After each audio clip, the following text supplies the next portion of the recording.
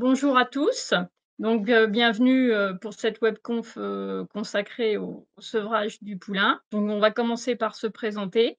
Estelle Provost, je suis formatrice, à la jumenterie du Pin et mon collègue. Voilà, donc moi, c'est Alexandre Kempfer, pareil, également formateur à la jumenterie du Pin.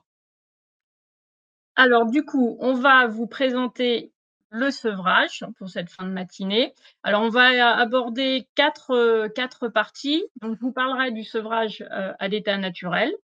Ensuite, on verra le sevrage en situation domestique. On parle aussi de sevrage, artificiel. On évoquera les bonnes pratiques autour du sevrage et puis, un petit chapitre sur l'alimentation, du poulain.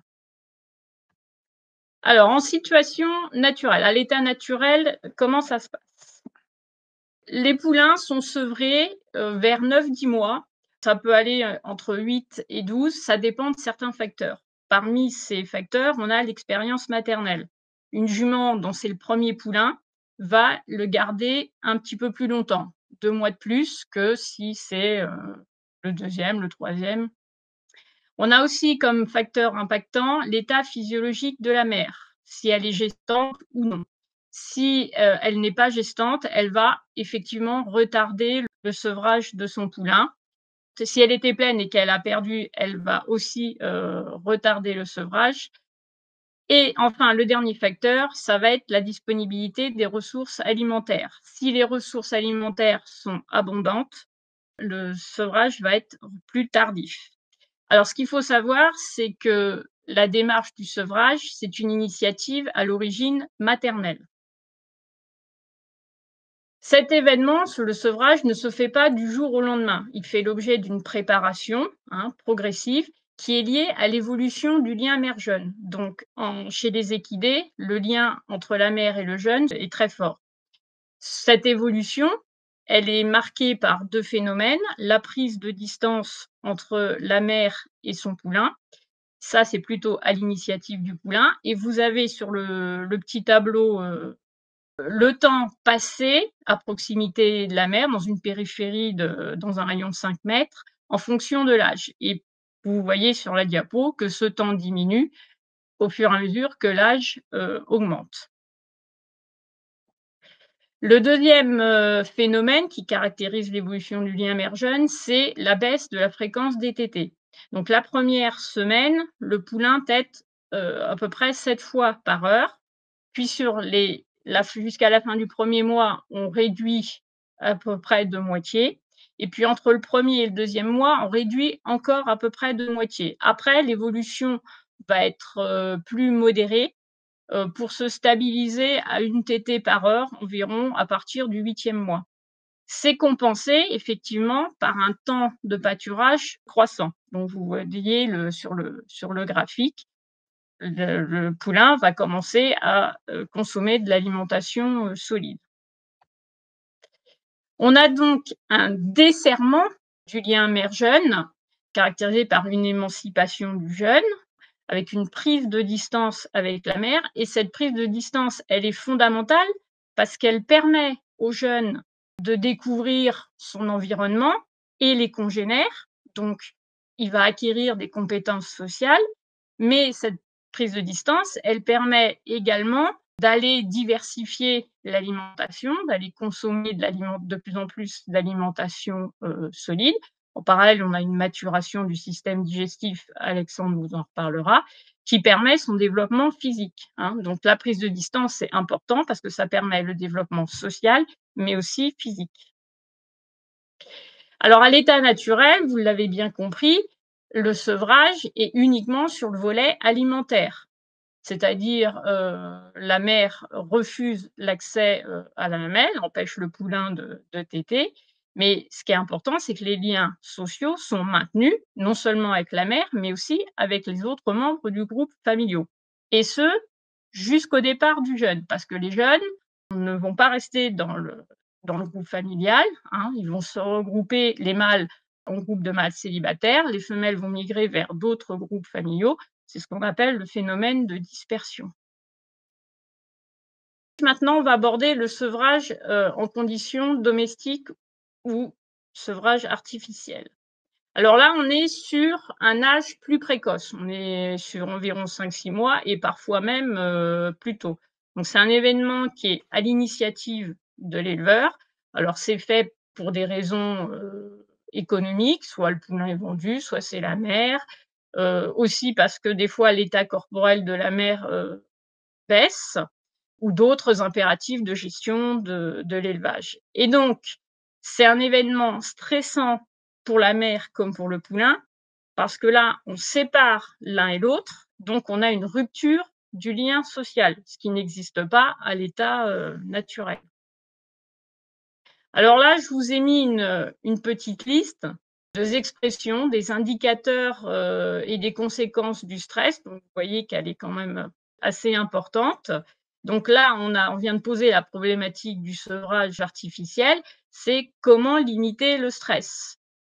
Et j'ai bien utilisé le terme de limiter parce que malheureusement, on ne pourra pas l'éviter. Il n'y a pas de méthode zéro stress. Alors l'idée, c'est de limiter. Alors je vais vous présenter, quelques techniques en définissant les côtés positifs et les côtés, négatifs. Première, solution, c'est le sevrage brutal. On arrive, on prend la mère et on sépare les 2 sans préparation. Donc là, on va avoir de nombreux indicateurs de stress observables chez le jeune, comme chez la mère, sur une période de plusieurs jours, voire plusieurs semaines, et on peut avoir l'émergence de comportements aberrants qui risquent de persister, le poulain grandissant. Deuxième possibilité, le sevrage progressif. Donc ça c'était l'objet de l'étude, de Léa Lansade, qui a étudié la séparation, progressive avec une habituation quotidienne de la mère et de son poulain sur une durée de plus en plus importante, hein, on partait de quelques minutes à plusieurs heures. Une séparation qui laissait possible les contacts entre la mère et le jeune, hein, qu'ils soient visuels, olfactifs, auditifs ou tactiles. Donc une barrière tubulaire, peut convenir. Une séparation par petits groupes, donc au moins par paire, et une distribution des rations respectives de part et d'autre de la barrière. Donc elle a comparé ce mode par rapport à un lot de poulains sevrés de manière brutale. Au moment de la séparation définitive, qu'est-ce qu'elle a, obtenu? Pour le lot, sevré, progressivement, moins de vocalises, moins d'appels, de hennissements, hein, 2 fois moins que le lot sevré brutalement. Également moins de locomotion active, 3 fois moins. Elle a mesuré taux de cortisol salivaire plus bas, aussi bien chez les poulains que chez les mères, et un effet durable, chez les poulains qui apparaissait plus facile en termes d'émotivité, de grégarité et d'activité, encore 3 mois après. Et donc ces résultats confortaient, étaient convergents avec ceux d'une autre étude de McCall, qui datait de 1987. Cependant, certaines publications ont des conclusions, un peu controversées et nuancent un petit peu, la différence, à J0, donc le jour de la séparation, le lendemain et le surlendemain, pour certains indicateurs, notamment les vocalises, la locomotion, l'alimentation qui est moins importante, le repos moins important et les comportements sociaux, agressifs plus importants. Également, pas d'effet positif côté mère à J0 comme le lendemain. Troisième possibilité, le retrait progressif des mères dans un groupe de juments suités, qui a aussi fait l'objet d'études. Donc là, les mères étaient enlevées 1 par jour versus un lot où on enlevait toutes les mères d'un coup. Qu'est-ce qui a été obtenu? Moins de vocalisation, moins de locomotion, moins de défécation, donc qui sont quand même des indicateurs, de stress et pas de perte de poids. Alors effectivement, là, on a un sevrage finalement brutal puisqu'il n'y a pas eu de préparation. L'individu, auquel on retire la mère, il n'a pas été préparé. Mais en fait, le stress est modéré parce qu'il se retrouve dans un lot d'individus, un qu'il connaît et 2 qui, eux, n'ont pas subi le stress. Donc ça tempère un petit peu le stress de l'individu.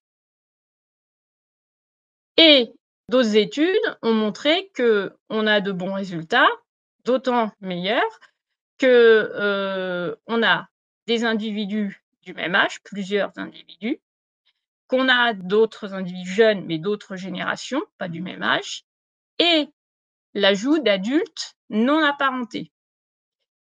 Et sur l'hébergement, c'est aussi bien qu'ils soient en paddock, au pré ou en stabu, donc sur une surface, plus importante qu'en box individuelle. Donc si vous y mettez un seul poulain dans un box individuel, vous avez un risque de stéréotypie, d'agressivité et cetera. Et si vous avez 2 poulains à sevrer en paire, les mettre dans un box, on a un risque, d'agressivité liée au stress et donc de blessure d'un ou des 2 poulains. Donc privilégier une surface, où il peut y avoir, une évolution des poulains. Alors, je reviens sur l'ajout d'adultes non apparentés qui présentent de multiples, bénéfices. L'adulte, il a un rôle de facilitateur social. Il a un rôle pour canaliser les comportements juvéniles. Il va favoriser la cohésion du groupe. Il va occasionner plus de jeux entre les jeunes, donc le jeu qui est un comportement juvénile. Ça va limiter l'agressivité au sein du groupe. Et ça va favoriser l'apprentissage des comportements adultes, ainsi que le respect du budget-temps adulte. Et un budget-temps adulte, l'activité principale, c'est l'alimentation. Donc en présence d'un adulte, les jeunes vont passer plus de temps à s'alimenter. Donc de multiples bénéfices à mettre un adulte au milieu d'un groupe de jeunes. Après, on a le sevrage spontané, c'est-à-dire qu'on ne sèvre pas, on ne sépare pas. C'est la mère qui va gérer le sevrage. Donc ça, c'est possible si, vous n'avez pas d'impératif économique, vente, départ de l'un ou de l'autre des individus. Et j'attire quand même votre attention sur, la présence des mâles. Il faudra retirer les mâles du groupe dès qu'ils auront plus d'1 an parce que vous pourriez, vous retrouver avec des saillies non désirées. Alors, à l'état naturel, évidemment, on n'a pas ça. On n'a pas de consanguinité parce que les mâles s'en vont, quittent la famille, mais il a été montré qu'en milieu domestique, l'effet, intervention humain fait que le comportement de retrait des mâles, il y a pas de surface assez grande, donc voilà, ça ne marche pas et en conditions domestiques, vous allez pouvoir vous retrouver avec des saillies, non désirées. Alors si on fait cette webconf, c'est parce qu'un sevrage raté, ça peut avoir des impacts assez, ennuyeux, hein. Donc ça crée un traumatisme chez le jeune et ça va impacter sa future personnalité. On va se retrouver avec des individus plus émotifs, moins curieux, plus grégaires, qui présentent plus d'agressivité envers les congénères comme, envers l'humain, qui présentent des stéréotypies et éventuellement des pathologies liées, au stress. Et donc, globalement, un poulain qui va avoir une relation à l'homme assez difficile. Donc dans son utilisation, ça va être, plus compliqué. Donc maintenant, on va voir les bonnes pratiques, autour du sevrage. Donc avant sevrage, c'est intéressant d'utiliser la mère comme médiateur. Pourquoi? Parce qu'il y a ce qu'on appelle une contagion émotionnelle et que quand la mère, dans sa manipulation par l'homme, est dans un état émotionnel positif, ça va, impacter sur le poulain qui va se retrouver plutôt dans un état émotionnel positif. Évidemment, je ne vous cache pas, il faut que la mère ait elle-même une bonne, relation à l'homme, sinon effectivement, ça va moins bien marcher. Sevrer le plus tard possible, hein, pour respecter cette émancipation, naturelle du poulain. Mettre en place une transition alimentaire, mais Alexandre vous en reparlera. Sevrer pas de manière isolée, hein, sevrer par paire ou en petits groupes. Privilégier l'hébergement en paddock, stabulation ou pâture. Alors attention tout de même à la sécurité du poulain. Ne pas hésiter à ajouter des adultes pour, les effets que je vous ai présentés tout à l'heure, les effets bénéfiques. Ne pas hésiter non plus à enrichir l'environnement pour habituer les poulains, hein, habituation au petit stress. Et aussi, ne pas hésiter à manipuler les poulains dans les 15 premiers jours qui suivent le sevrage, parce qu'il a été montré qu'ils sont beaucoup plus réceptifs aux apprentissages dans cette, phase-là et que les apprentissages sont mieux mémorisés. Ils savent reproduire des exercices jusqu'à 18 mois après. Donc c'est une période, idéale pour la manipulation. Et donc je vous remercie. Je vais laisser parler, Alexandre. OK, donc comme l'a dit Estelle, hein, un sevrage mal préparé, peut avoir des conséquences derrière en termes de vie du cheval, plus tard. La préparation du sevrage se passe aussi, sur l'alimentation. Donc c'est assez important de bien gérer cet aspect-là aussi. On verra qu'il y a des phases, plus ou moins critiques, hein, par rapport à ça. Donc, déjà au niveau de la gestion de l'alimentation du poulain sous la mère, il faut savoir que, l'alimentation du poulain commence, avant sa naissance, hein, dans le ventre de sa mère et donc par rapport à ça, on a déjà fait, des webconf, sur l'alimentation de la poulinière et aussi, nourrir ma poulinière pour un poulain en bonne santé. Donc il faut savoir qu'à la naissance, un poulain de sel fait en moyenne, 50 kilogrammes, ce qui représente à peu près, 10 de son poids adulte. Donc la croissance, elle est très rapide au début puisque le poulain peut prendre jusqu'à 1,5 kg, par jour pendant les 3 premiers mois, ce qui est assez important. Il faut savoir aussi que du coup, son poids va doubler au cours du premier mois, uniquement par, l'alimentation, lactée, hein et il va peser, 5 fois son poids à 6 mois, donc au moment du sevrage. À la naissance, donc le système digestif du poulain passe de la nutrition, placentaire à, ce qu'on appelle la nutrition entérale. Donc ça signifie qu'il commence à obtenir ses nutriments via le tube digestif. Donc au cours des 24 premières heures de vie, les pores des parois de l'intestin, grêles, peuvent absorber des grosses protéines. Donc peuvent absorber les anticorps du colostrum et c'est pour ça que dans l'idéal, il faut que le colostrum soit ingéré 2 heures après la naissance. Donc le colostrum est chargé d'anticorps, hein, qui combattent les agents pathogènes et après le système immunitaire du poulain, prendra le relais. Donc à la naissance, le tube digestif du poulain mesure 6 mètres de long et à l'âge adulte, il s'étendra sur plus de 25 mètres. Donc au cours du premier mois de vie, le poulain passe 90 de son temps, comme l'avait évoqué Estelle, tout à l'heure, à moins d'un mètre de sa mère et va, téter, en moyenne 7 fois par heure. Donc ça représente, entre 160 et 220 grammes de lait par tétée. Et puis, comme Estelle l'a dit aussi, progressivement, il va se détacher de sa mère, augmenter son temps à pâturer, en parallèle et on verra que par rapport à ça, il faudra aussi, ajuster l'alimentation, solide. Donc au départ, le tube digestif du poulain, quand il naît, ne dispose pas de flore bactérienne, hein, pour fermenter, les fibres au niveau du gros intestin. Par contre, dès la naissance, hein, les poulains vont commencer à développer quand même un microbiote, puisqu'ils vont ingérer du liquide amniotique, des excréments de la jument, du colostrum, du lait, donc tout ça va permettre, le développement du, microbiote du poulain. Jusqu'à 3 mois, hein, donc de la naissance à 3 mois, le lait va être donc la principale source, alimentaire, donc il faudra être vigilant, plutôt sur les apports nutritifs de la poulinière, hein. On risque d'avoir une incidence sur la production de lait et du coup sur la croissance du poulain. Donc on a, cette notion d'indice de consommation. Donc l'indice de consommation, c'est quoi? Ça va être la quantité d'aliments, utilisés, voilà, utilisés, métabolisés pour produire 1 kg de poids, du poulain, 1 kg de poids vif. Donc au premier mois, hein, il lui faudra 8,5 kg de lait pour, produire 1 kg de poids vif.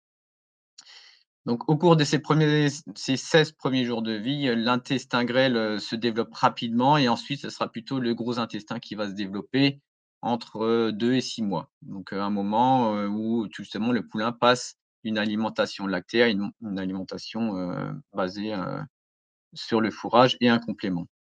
Donc au début, hein, la principale bactérie qui colonise le tube digestif du poulain va être le lactobacillus. Donc c'est, on va dire, un bon microbe, hein, le microbe qui entoure la mamelle et qui est contenu dans le lait. Et donc justement, entre cet équilibre-là de flore microbienne, il va falloir être vigilant sur l'équilibre entre dans le microbiote, on va dire, pour pas qu'il y ait une flore, justement pathogène qui vienne, s'installer et qui, au-delà de ça, va générer, des diarrhées, des déshydratation du poulain et cetera. Donc, le poulain va commencer à ce moment-là à ingérer des nouvelles sources de nourriture par imitation de sa mère, des adultes, et le microbiote va changer, petit à petit. Et ce développement de microbiote, ben, il va jouer un rôle essentiel dans le développement de l'immunité après, du poulain et puis même, sur sa vie d'adulte. Mais il faut bien se dire qu'à cette période-là, le microbiote est encore fragile. Donc la production de lait atteint son maximum, donc on parle de pic de lactation, hein, entre le 2e et 3e mois de lactation, et il va diminuer progressivement. Donc on voit sur cette courbe un point d'inflexion, à la même période, donc à 3 mois, sur la vitesse de croissance du poulain. Ça signifie que jour après jour, le poulain va prendre de moins en moins de poids. Donc, non seulement la production de lait diminue, tout au long de la lactation, mais, on a aussi un constat sur, une diminution de la teneur en oligoéléments. Donc on a vu précédemment que l'indice de consommation à 1 mois, pour prendre 1 kilo, le poulain devait consommer, 8,5 kilogrammes de lait. Si on faisait une équivalence à 5 mois, hein, pour prendre 1 kilo, le poulain, il faudrait qu'il consomme 32 kilogrammes de lait. D'où le réel besoin d'ingérer des aliments solides à côté, comme l'herbe, le foin ou un complément. En termes de digestion microbienne, ben, il faut bien se dire que la fermentation microbienne au niveau du gros intestin va être, peu active et ne permettra pas encore de dégager, une assimilation protéique, suffisante, par rapport à ses besoins. D'où la complémentation aussi protéique qui est, fortement conseillée. Et quand même petite capacité d'ingestion, de 3 à 6 mois, on est, entre 2 et 3,5 kilogrammes de matière sèche pour 100 kilogrammes de poids vif. Ça représente, à peu près 6 kilogrammes de matière sèche pour un poulain de 200 kilogrammes. Donc à partir de 3 mois, hein, par rapport à ce constat-là, on peut envisager une complémentation. En plus du fourrage, on peut apporter des protéines de bonne qualité avec un aliment concentré. Généralement, l'aliment Fall, il est, à base de poudre de lait et des matières premières, comme le tourteau de soja, la luzerne déshydratée, donc entre guillemets «des bonnes protéines» avec cette notion d'acides aminés indispensables et de lysine. Donc commencer à complémenter à 3 mois permettra au poulain déjà de passer progressivement d'une alimentation lactée à une alimentation solide, hein. Donc d'une part pour couvrir ses besoins et d'autre part, ça permettra aussi au poulain d'intégrer, dans son rituel, ce nouvel aliment pour permettre au microbiote de se développer et justement de ne pas découvrir, à 6 mois, au moment du sevrage, un nouvel aliment, ce qui pourrait générer, d'une part un refus de l'aliment et puis d'autre part, un stress supplémentaire au moment du sevrage. Donc l'aliment Fall n'a généralement pas la même, composition que l'aliment élevage, adulte, hein, et souvent il est plus coûteux. Donc déjà par rapport à ça, ben, c'est quand même recommandé de nourrir les poulains séparément des mères et puis après on a différents, systèmes qui sont possibles. Donc soit le poulain est alimenté au box et on a ces systèmes de mangeoires à barreaux qui vont être sélectifs, soit on peut aussi aménager, dans le coin de son herbage, destiné aux poulinières suitées, un enclos, on va dire, avec une hauteur sélective qui permet de laisser passer que les poulains et donc que les poulains aient leurs propres granulés sans que les mères viennent les déranger. Voilà. Là, ici, on voit, hein, les poulains qui passent en dessous d'une barre à une certaine hauteur, ce qui freine, ce qui stoppe les juments et ce qui permet d'avoir une alimentation raisonnée uniquement sur les poulets en croissance. Voilà.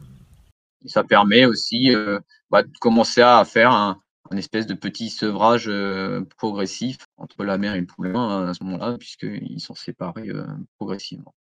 Ensuite, en termes d'aliments, hein, donc les valeurs recommandées, par l'INRA, à ce stade-là, donc pourra avoir des valeurs telles que 18 de protéines brutes, hein, 0,6 de lysine et un rapport calcium-phosphore compris entre 1,5 et 2, ainsi qu'un rapport zinc sur cuivre d'environ de 5. Hein. Donc, un ralentissement de la croissance aussi, on a ce système de croissance compensatrice. Hein. Donc, on sait qu'un ralentissement de croissance peut être suivi dans certaines conditions par une reprise de poids plus tardive. Hein. Donc, il est capable de récupérer son poids qu'il n'a pas pris au bon moment, à une condition que cette perte de poids ne soit pas trop sévère. Donc, point de vigilance quand même sur la complémentation en concentré, parce qu'on c'est un peu les dérives qu'on voit sur le terrain, hein, et du coup, attention à bien doser les apports énergétiques afin d'éviter les déficits d'une part, hein, qui peuvent mener à des retards en croissance. Et bien souvent, le problème, c'est plutôt d'apporter un excès d'énergie et un excès de céréales, ce qui génère derrière des carences en calcium et en oligo-éléments. Les poulains qui consomment des régimes riches en céréales sont aussi prédisposés à différents troubles tels que l'ostéochondrose, hein, les ulcères gastriques ou encore des coliques. Donc, c'est particulièrement fréquent chez les jeunes chevaux qui sont préparés pour les ventes ou des chevaux qui sont mis au travail précocement. L'important, c'est de fournir déjà de base un fourrage de bonne qualité, hein, et puis favoriser l'accès à une complémentation. Bien fractionner les repas, 2 à 3 repas par jour. Si la note d'état corporel est satisfaisante, on va éviter de surcharger en énergie, en calories, hein, et on va vraiment se focaliser sur la protéine et sur la complémentation minérale. Une étude a montré aussi que les poulains nourris avec une alimentation riche en matières grasses et en fibres, ces poulains-là étaient plus calmes juste après le sevrage que des poulains nourris avec une alimentation riche en sucre et en amidon. Donc, Estelle vous a présenté les différentes méthodes de sevrage. Une étude a été faite par rapport à l'impact et l'incidence que ça pouvait avoir sur le microbiote. Il s'avère que sur le sevrage progressif, hein, ça, ça impose quand même un stress répété, même sur des fractions courtes, mais un stress répété ce stress-là, avant le sevrage, hein, provoquer une modification de la flore bactérienne. Et donc, par rapport au sevrage brutal où on a un stress qu'à un moment donné, donc la période avant sevrage, il n'y aura pas d'incidence sur la variété des espèces bactériennes qu'on peut retrouver dans le microbiote. Par contre, quelle que soit la méthode, hein, il est constaté qu'après le sevrage, on a une altération de la composition du microbiote. Ce qui est par contre rassurant, c'est qu'on ne va pas avoir d'effet négatif sur la croissance, sur le parasitisme et sur la consommation de matière sèche, quel que soit le type de sevrage derrière. Donc, il faut savoir qu'on a quand même cette perturbation du microbiote. Les altérations sont très marquées à 3 jours. Hein, et puis après, à partir du 7e jour après le sevrage, le microbiote se stabilise derrière si l'alimentation est bien conduite. 2 niveaux de croissance. Hein. On a donc un niveau de croissance rapide, donc ça c'est plutôt destiné à des poulains qui sont valorisés précocement avec un gain moyen assez important. Hein. Et les recommandations INRA préconisent donc un ratio de 40% de fourrage et 60% de concentré de la ration. Par contre, si on part sur un niveau de croissance modéré, plutôt destiné à des poulains débourrés plus tardivement à 3 ans et une utilisation tardive, le gain moyen sera inférieur. Dans ce cas-là, on pourra plutôt avoir un rapport de 40% de concentré et 60% de fourrage. Donc après, tout dépend forcément de la qualité du fourrage que vous apportez, des valeurs alimentaires aussi. Et pour ça, pour être moins dans le flou, je dirais, il vaut mieux faire quand même une analyse de son foin pour savoir sur quoi complémenter exactement en termes de protéines et aussi en termes de minéraux tels que le cuivre et le zinc ou encore le calcium comme on avait pu le voir tout à l'heure. Et donc sur le suivi, on va dire, de l'alimentation, il faudra régulièrement évaluer la note d'état corporel, hein, et faire des pesées ou estimer le poids vif afin de voir si la croissance est régulière, c'est-à-dire s'il n'y a pas de retard ou si elle n'est pas trop poussée non plus. Donc, pour piloter correctement l'alimentation du cheval, l'IFCE vous met à disposition différents outils de simulation. pour estimer le poids vif, la note d'état corporel. On peut aussi estimer le poids vif du cheval en croissance à l'aide de rubans barométriques où on peut avoir une estimation à plus ou moins 20 kilos près. Et puis après, pour aller encore plus loin, hein, on a les tables des apports recommandés dans les tables INRA, où là, on pourra affiner les apports alimentaires en fonction de l'âge et de l'utilisation future du poulain et de son niveau de croissance souhaité. En résumé, donc du coup, alors je vais laisser Estelle peut-être reprendre sa partie. Privilégier le sevrage, en groupe, hein, avec l'ajout d'adultes, vraiment ça a des effets, bénéfiques, l'adulte. Sevrer de préférence en paddock, stabulation ou pâture, hein, de manière à ce que les poulains puissent évoluer, en cas d'agressivité.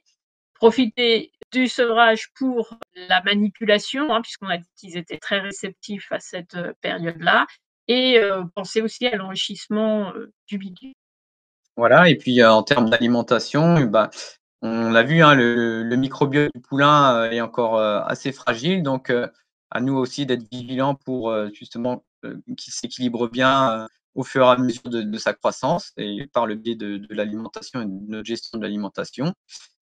Assurer une complémentation adaptée, donc attention aux excès en céréales, attention à bien choisir son aliment, en fonction de la complémentation, nécessaire et en fonction de l'âge et d'utilisation future du poulain.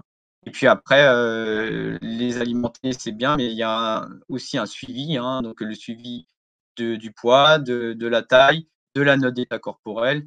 Il faut être vigilant par rapport à tous ces aspects-là, pour ajuster après l'alimentation en fonction de ces caractéristiques. Pour en savoir plus, vous disposez donc sur le site de l'IFCE de fiches Wikipédia, hein, sur le sevrage du poulain et sur l'alimentation. On a aussi un podcast de Léa Lansade sur le sevrage progressif. Et on vous invite aussi à aller consulter la fiche formation sur la gestion du poulain au sevrage qui aura lieu à la jumenterie. Voilà.